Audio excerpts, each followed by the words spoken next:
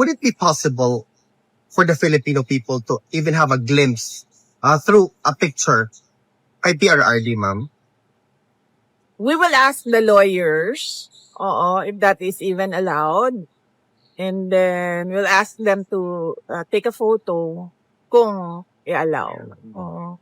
Sa politika po, wala kayo napag-usapan sa politika? Wala naman. Nabanggit ko lang sa kanya na Chairman Noor Miswari is sick. He's in Davao City, si Chairman Noor. And then sabi niya na ipaabot daw sa kanya yung well wishes niya. And nag-usap din kami kasi kailangan ko tawagan yung anak ni Chairman Noor Miswari.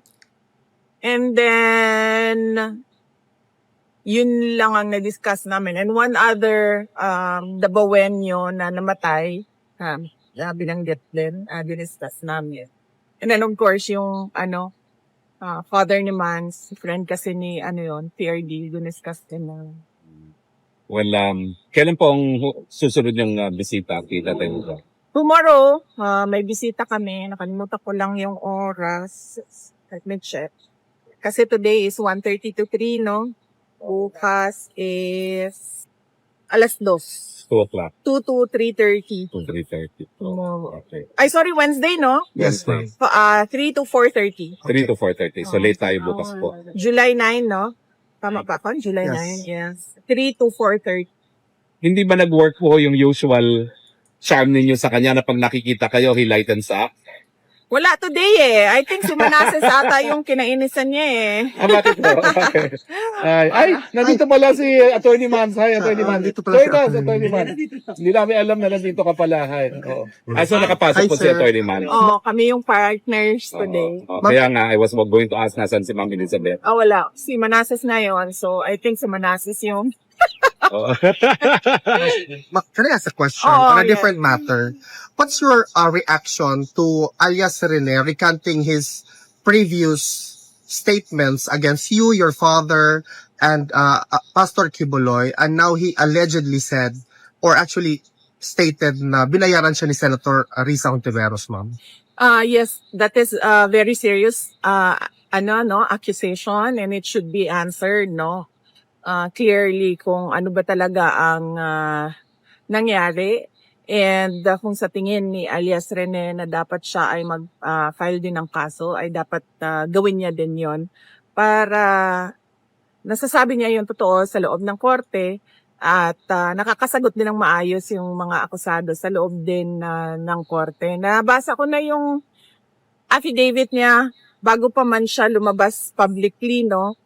In fact, merong mga nakalagay doon na nakasama niya ang mga witnesses to know ng ICC doon sa isang bahay kung saan siya pinatira ni Senator Hontiveros.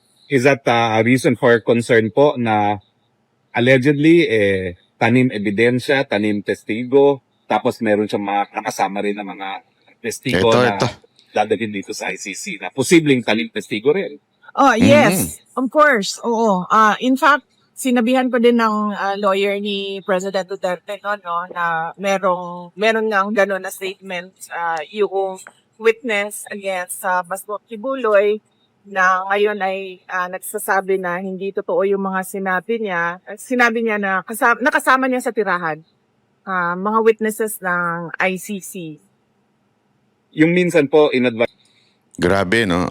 Again, Hoy, Hontiveros, hindi ako nagsabi, Si VP Sara Duterte, Diyan ka na naman. Ayan, no? Meron daw nakasama na etong si Rene na naandoon doon sa kung saan dinala mo daw, di umano, allegedly, wag kang ano.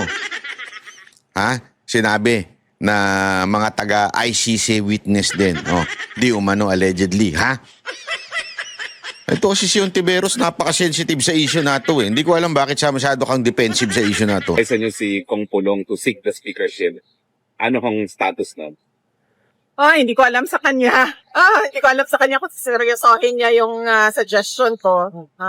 But wala pa kasi akong balita kung anong mga gagawin niya. Wala kayong balita kung sinong incoming speaker, incoming Senate President? Wala akong balita with the Senate and the House of Representatives sa ngayon.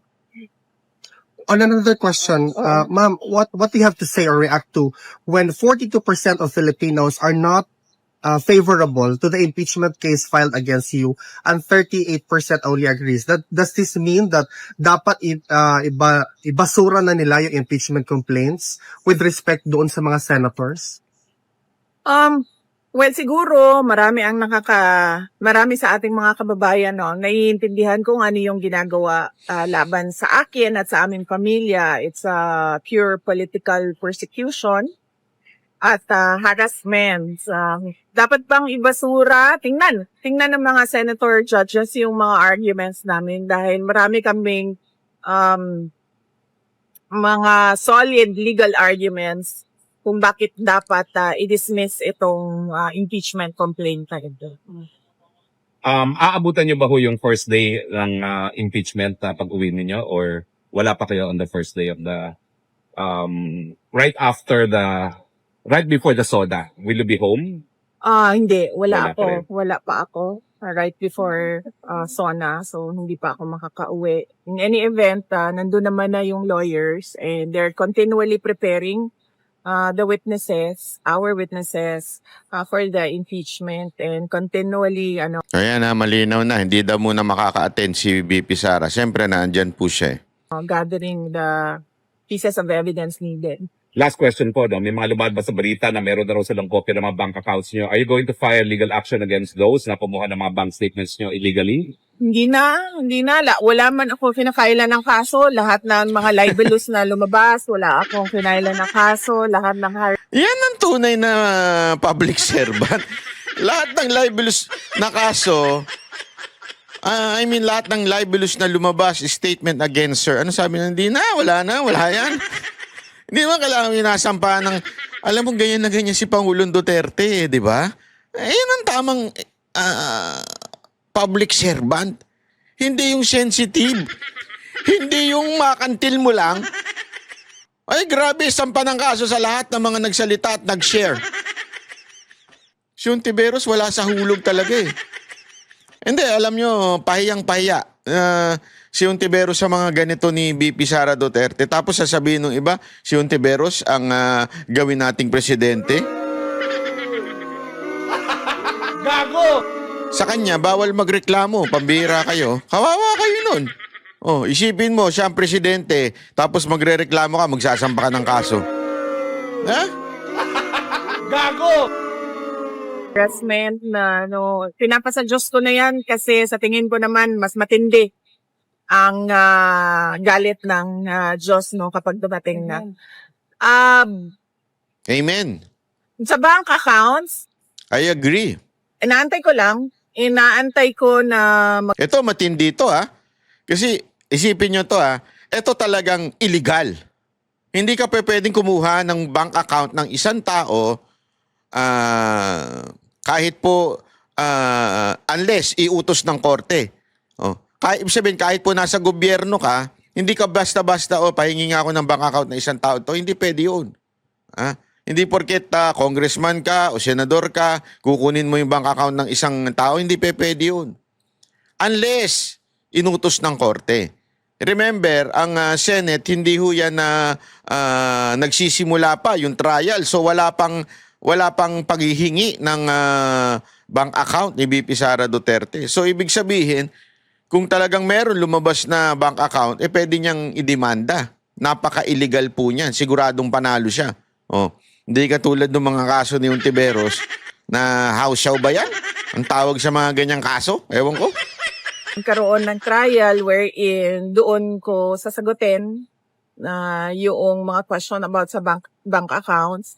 Dahil sa ngayon naman, yun nga, illegal yung pagkuha nila ng information with regard to bank accounts and wala akong obligasyon na sumagot sa kanila.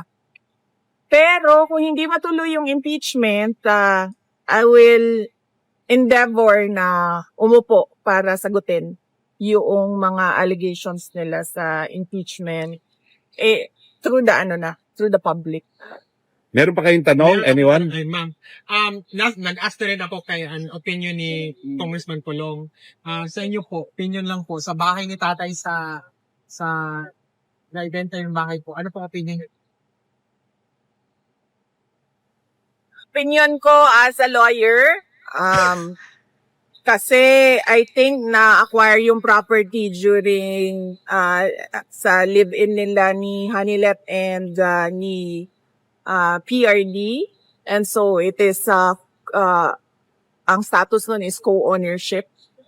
Kaya niya siguro ibenta yung kanyang share pero hindi niya pwedeng maibenta yung kay PRD.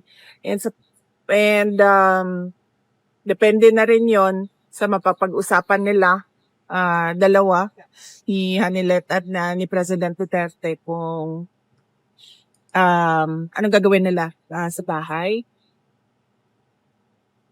As a lawyer yun, no? As a daughter, iniisip ko lang kung saan natitira si Pangulong Duterte kung ibenta nila, kung uuwi siyang Davao City. So, yun ang isa sa mga concerns namin. Pero magstay daw siya kay Ma'am Elizabeth. That's what Congressman Pulong said.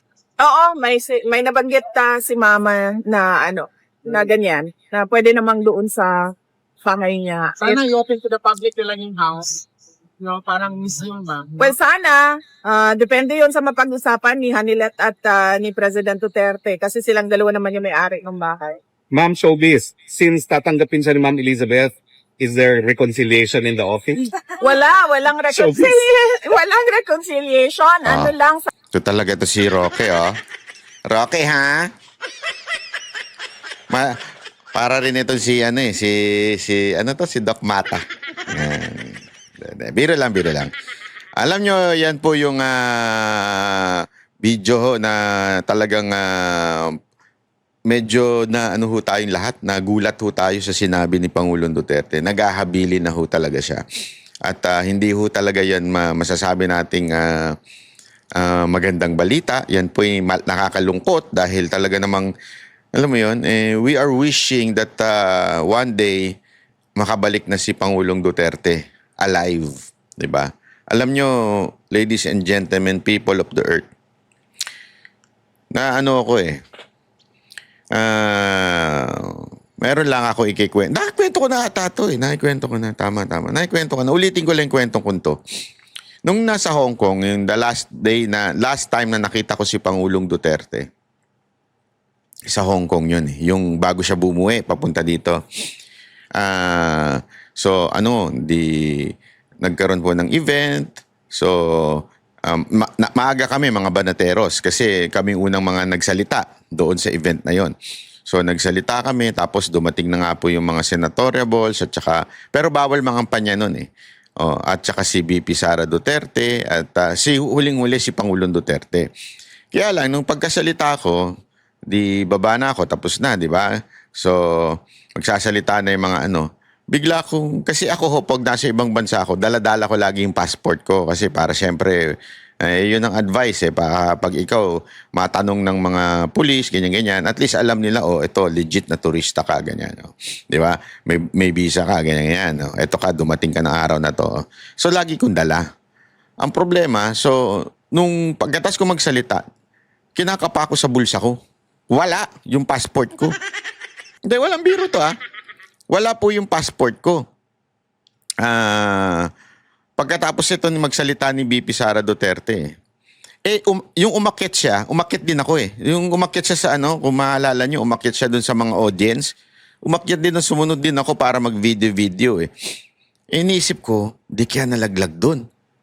Problema, may nagsasalita pa, mga senador. So hindi ko naman pwedeng hanapin dun sa taas. So ang ginawa ko, hinanap ko na lang kung saan kami kumain nung gabi. So bumalik ako doon, nilakad ko yun. Layo-layo, nilakad ko talaga siya kasi natataranta na ako, patay kang bata ka. Paano ako uwi nito? Yeah? Wala akong passport. Hinanap ko hanggang eventually nahanap ko na for how many hours, nahanap ko na siya. Doon sa kinainan namin na kung saan nag-jam ako, nag-drums ako. drums pa kasi. So nag-drums ako doon. At nalaglag doon habang nagdadrums ako. So, nahanap ko eventually. Pagbalik ko, tapos na yung event. Sarado na yung wala nang pinapapasok. So, pinapasok ako doon sa alam ko kasi kung saan yung daanan ng entrance ng mga speaker. At Tapos marami ng pulis. Kasi dumating na pala si Pangulong Duterte. So sobrang dami ng pulis. Kasi ang daming tao sa labas. Buti nakalusot ako doon sa papasok doon sa gym. Okay? Pagpasok ko ng gym, okay na, di ba? Ganyan-ganyan. Papasok na sana ako doon sa may barricade dyan eh. Nakakapasok naman ako kasi nagsalita nga po ako tsaka may ID po ako. Papasok na po ako doon sa dressing room kung nasan doon si Pangulong Duterte. Hindi po ako makapasok. Kasi pinagbabawalan ako ng Chinese, matangkad na Chinese na pulis. Sabi ko, no, speaker, remember, speaker. No, wait. Gumaganong-ganon na yung doon, yung pulis. Sabi ko, okay lang. Ako naman, okay lang naman sa akin. Kaya lang gusto ko lang magpaalam doon sa grupo ko, sa SMNI, ganyan. Gusto ko magpaalam na, ma'am, alis na po ako, mamasyal na ako, ha? Ganyan, papaalam lang. Di ba? Hindi ko in-insist. Kung ayaw, okay lang naman. Di, palabas na ako. Sige, bye na. Gusto ko na mamasyal. Happy pa nga ako eh. Hindi ako yung tipo ng vlogger na hindi lang pinapasok. Magwawala na. Mag-video na. Magagawa na ng kung ano-anong chismis. Ganon. Hindi. Wala, okay lang sa akin yun. Mas masaya nga ako kasi makakapasyal na ako eh. Mas mahilig kasi ako mag-isa na namamasyal kahit kasama ko sila, yung mga banateros. Mas gusto ko namamasyal mag-isa kasi ayoko nung kinokontrol yung oras ko eh. So, palabas na ako. Hanggang hinabol na ako ng taga-SM na yun, yung boss namin. Sabi, Banat! Ganyan yung boses niya, Banat! Pasok ka na, halika na! Sabi ko, ma'am, okay na ma'am. Uwi na ako kasi hindi na ako pinapapasok yan. Nagwagawa pa ako ng Kasi nga gusto ko na lumabas eh. Gusto ko na mamasyal. Sabi na, hindi. Pasok ka, halika. Ako nang bahala doon sa Tapos, nung pagdaan namin, siya dire-diretso. Tapos sinabi, kasama ka. Ang galing. Dire-diretso kami papasok, di ba? Pagpasok namin doon, nandun na si Pangulong Duterte at saka yung mga talagang VIP na mga tao, mga senators, ganyan-ganyan. That was the last time na nasabi ko nga, pumasok talaga sa utak ko noon eh. Maybe this. Kasi may balita na nahuhulihin na si Pangulong Duterte.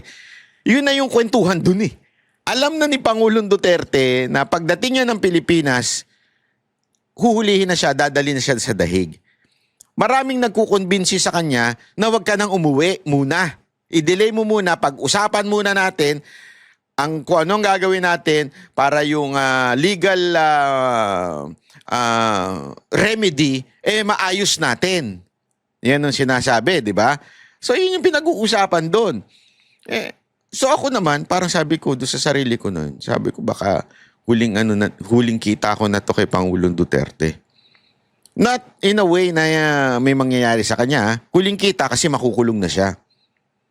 Kaya talagang in-insist ko na nung nandun na ako sa loob, kahit epal-epal ako, lumapit na ako sa kanya. Mr. President, Banat. Sabi ko, Mr. President, picture tayo, picture. Nagpa-picture lang pala. So, nagpicture ako. Kaya nga may picture ako lumabas doon, nandun siya sa loob eh. Tapos, eventually nag-decide siya na, isipin nyo to hindi siya umilag. Hapon pa dapat siya uuwi, kinabukasan. Umuwi siya, umaga. Gusto niya talagang harapin. Ayaw niya ng hapon kasi makamamaya gabi. Gabi na madala siya, delikado, di natin alam kung ano mangyari. Biglang, alam mo na, itong demonyong gobyerno to, di natin alam kung may hokus-pokus na gagawin sa gabi. Kaya, pinang-umaga niya na. Pero pwede na sana siyang umiwas. Pwede na siyang mag-ikot-ikot pa kasi remember, 15 days Pwede ka magstay sa Hong Kong Di ba? So, kararating lang niya, pwede pa siya mag-ikot-ikot. Bakit di niya ginawa? Kasi gusto niya nga harapin. And ba't ko to naikwento? Ganitong klaseng presidente si Pangulong Duterte. Napaka-strong na tao. Hindi umiiwas sa problema, hindi umiiwas sa Ito talagang, yung pag sinabi niyang gagawin niya, haharapin niyan, I'm ready to face. Di ba yan ang paulit-ulit niya sinabi for 6 years. Even it cost me my life and presidency. Gagawin niya yung dapat niyang gawin. Ito na yun. It's happening. It cost him his life. Ito na. Kaya ngayon, siguro itong pagpapaalam niya, it's a reminder to all of us na merong isang presidenteng kahit mag-cost ng kanyang buhay ay ibinigay niya at isinilbi niya sa bayan. Mahirap kalabanin ng mga oligarch. Siningil niya ng tax. Mahirap kalabanin ng mga drug lords. Nahuli sila, yung iba na dedo. Mahirap kalabanin ng mga korap na opisyal. Kahit mga kaibigan, lalong-lalo na yung mga kaibigan niya, ginawa niyang tanggalin sa gobyerno. Itong isang taong masasabi nating binigay niya talaga yung buong buhay niya para ipaglaban ang ating bayan. At yun nga mga kababayan, anong masasabi niyo sa balitang ito? Maaring ihayag ang inyong opinyon at kuro-kuro sa comment section sa ibaba. Huwag din kalimutang mag-like, mag-subscribe at mag-share sa bidyong ito. Maraming salamat sa panonood.